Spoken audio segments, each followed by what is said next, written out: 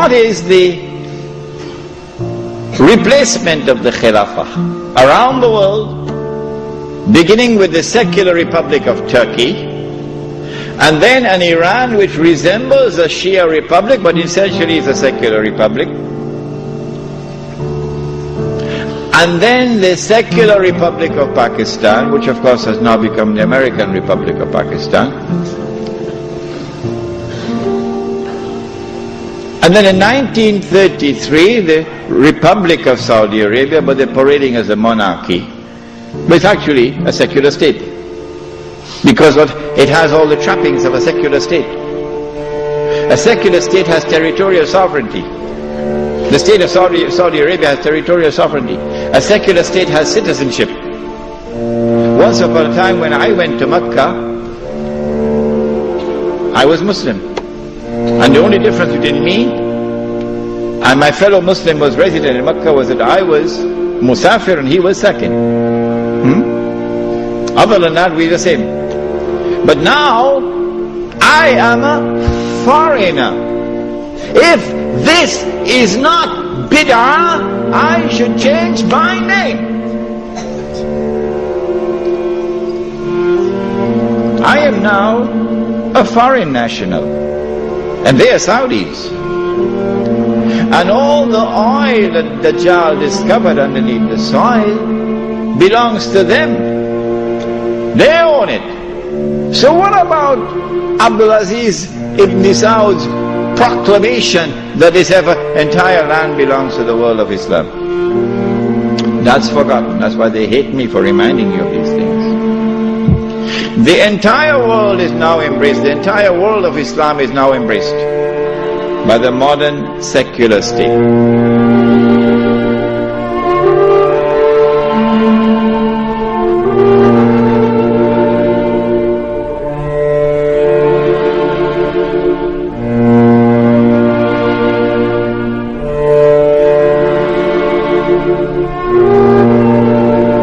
And so, what Europe did is to launch the philosophical and political attack before the military attack, to produce that which can replace the Khilafah.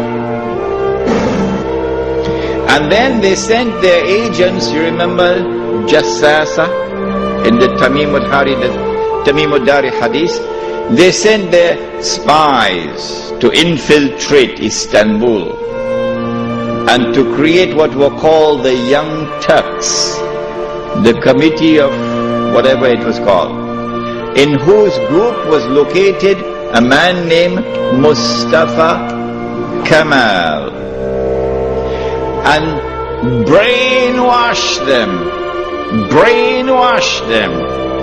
into absorbing and imbibing and accepting the new political secularism which emerged out of Europe.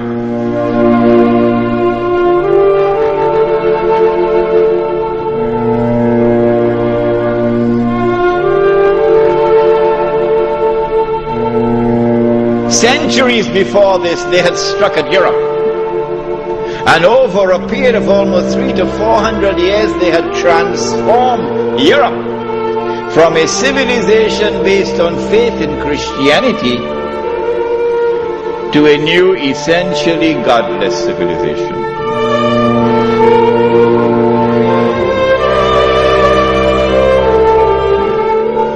When they declared that sovereignty belonged to them, not to Allah, that was shirk. It was shirk for Fir'aun, it is shirk for them.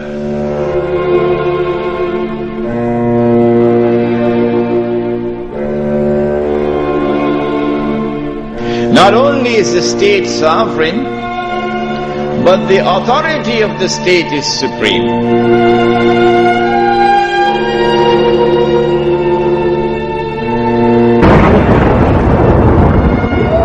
It is the state which now makes law, and the law of the state is the highest law, the supreme law. When they declared that the law of the secular state is the highest law, that was shirk. And when they declared halal what Allah made haram, meaning when they legalized what Allah made haram, that was shirk.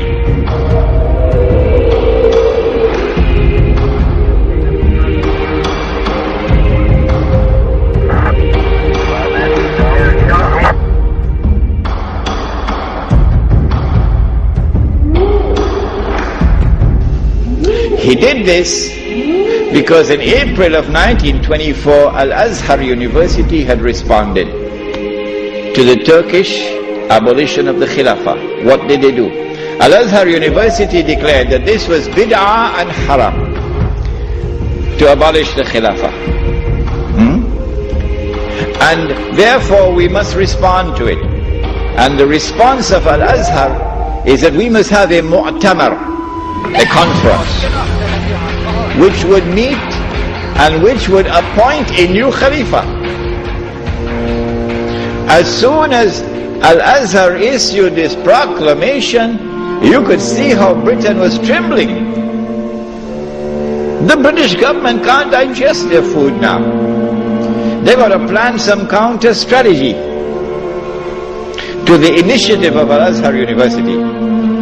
The counter strategy is that Egypt is itself not a free country.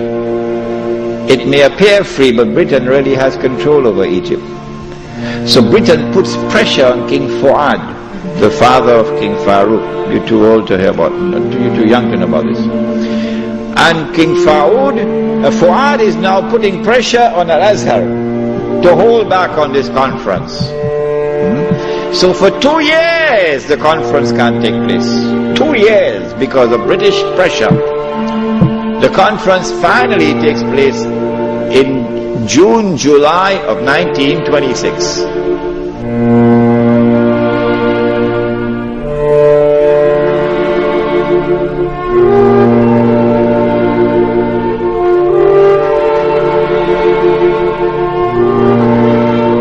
As soon as he enters Mecca in 1924 October, Abdulaziz ibn Saud makes a proclamation, and they're going to hate me for revealing this to you, because nobody remembers it now.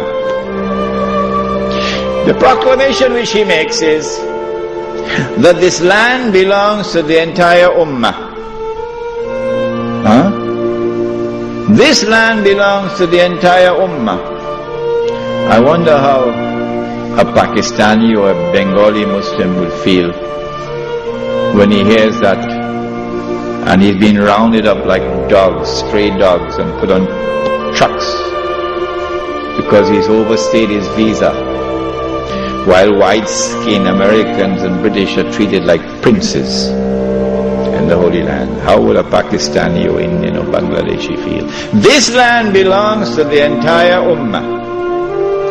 And it is for the Ummah, not for Abdulaziz ibn Saud, for the Ummah to establish the government which will rule over this land. That is his proclamation in 1924.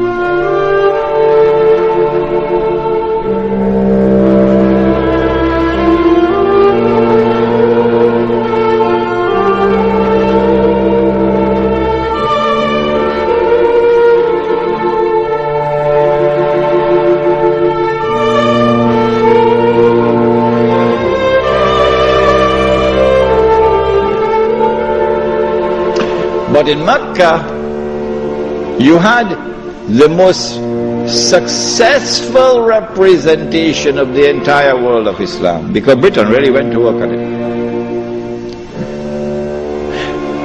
This conference is now convened, but strangely for the Wahhabi movement. Strangely for the Wahhabi movement, which is a religious movement, which declares that it is bringing back the original Islam and removing all the extraneous things which had been added and cutting out all the shirk.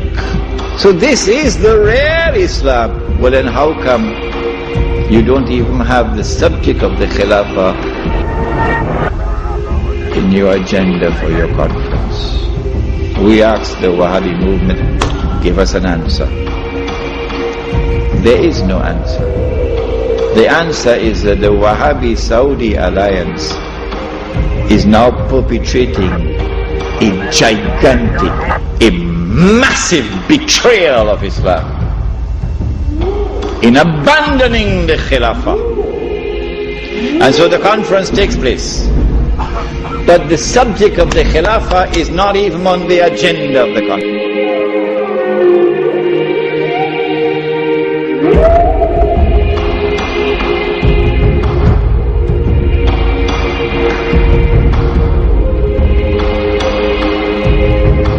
Instead, Abdul Aziz ibn Saud approaches the conference twice, himself in person, and he asks the conference to recognize him as Al-Malik.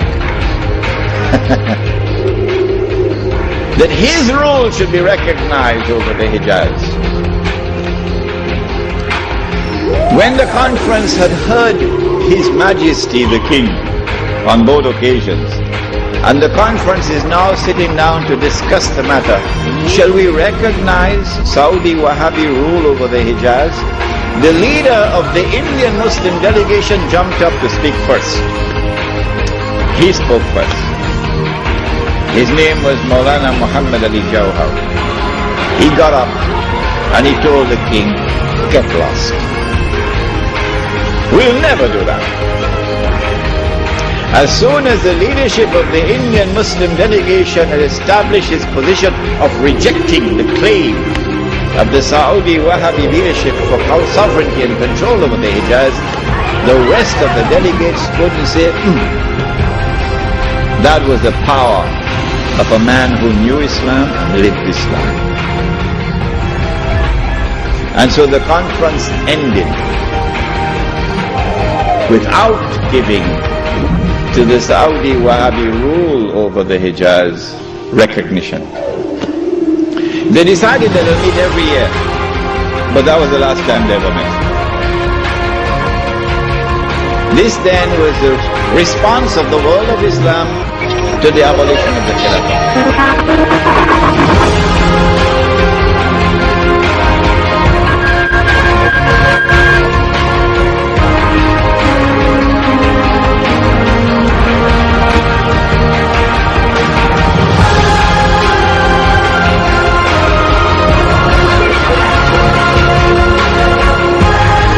Pada tahun 1932, setelah menguasai sebagian besar semenanjung Arab, Ibnu Saud menamakan tanah gabungan Hijaz dan Najd sebagai Arab Saudi.